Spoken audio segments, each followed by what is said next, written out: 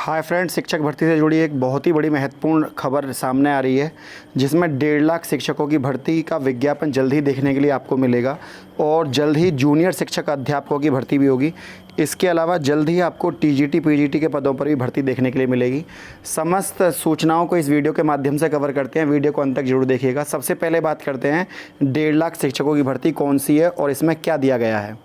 तो जगी नौकरी की उम्मीद 1.5 लाख बेरोजगारों को। नई शिक्षा नीति में देश भर में 1.5 लाख सभी को खेल और योग होना अनिवार्य है।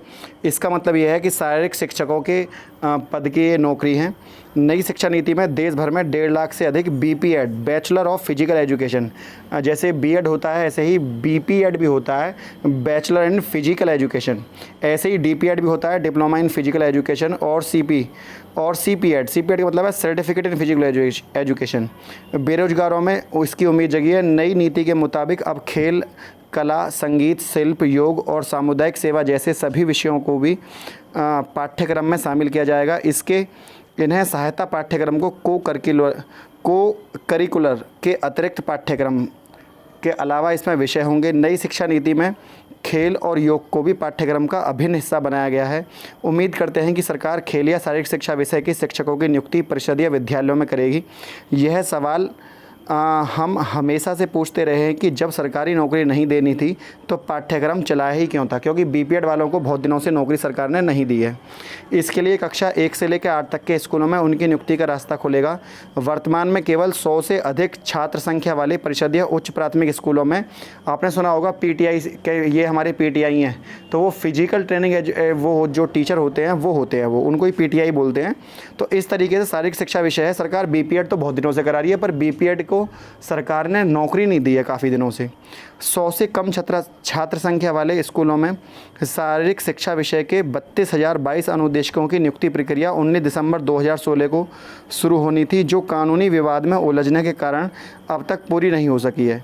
मतलब 19 दिसंबर 2016 को शुरू हुई थी, जो कानूनी विवाद में। ये एक अनुदेशकों की भर्ती है, ये अलग भर्ती है, इसमें अनुदेशक भर्ती हुई थे।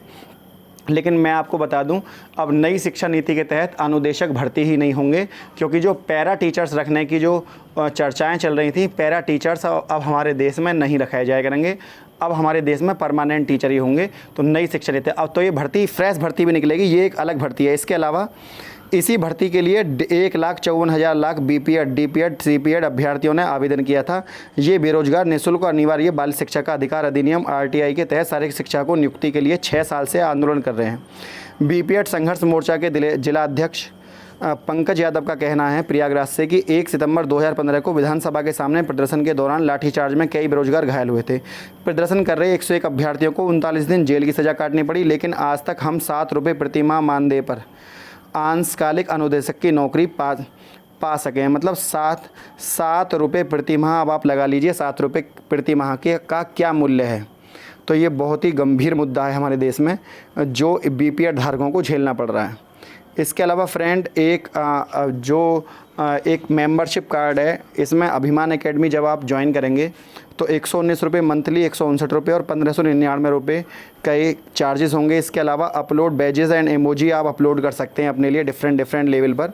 तो ये भी है। इससे आपको क्या फ़ायदा होगा? इससे आपको ये फ़ायदा होगा कि जब लाइव स्ट्रीम आएगी तो आपका नाम वहाँ पर शो होगा, आपके कमेंट्स के आपको उत्तर दिए जाएंगे।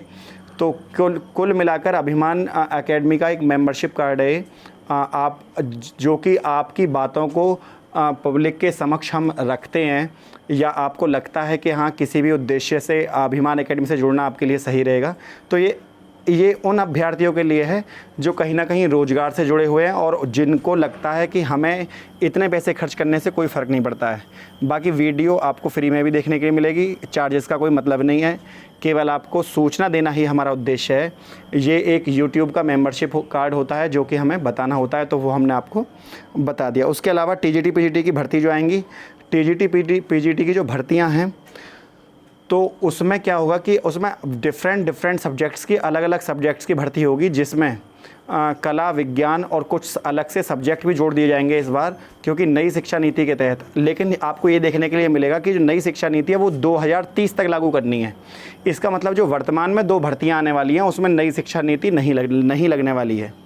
तो आप, क्योंकि अभी इसके लिए सरकार उसको राज्यसभा लोकसभा में बाकायदा बिल पास होगा, फिर राष्ट्रपति के साइन होंगे, फिर वो पूरे देश में लागू होगा, तो इसमें काफ़ी समय लग जाता है। आप ये ना सोचें कि नई शिक्षा नीति के ऊपर कार्य योजना बन गई है तो तुरंत चालू हो जाएगी, ऐसा कुछ भी नहीं है।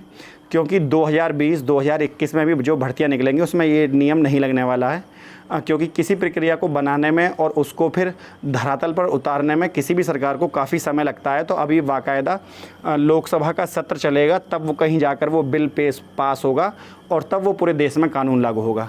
तो कुछ अभ्यर्थियों में भ्रांति फैलाई जा रही है कि नई शिक्षा नीति से भर्ती निकलेंगी, तो अभी जो अपकमिंग भर्तियां हैं वो नई शिक्षा नीति के तहत नहीं निकलेंगी, जो वो पुराने ढांचे के अंतर्गत ही भर्तियां निकलने वाली हैं फ़िलहाल।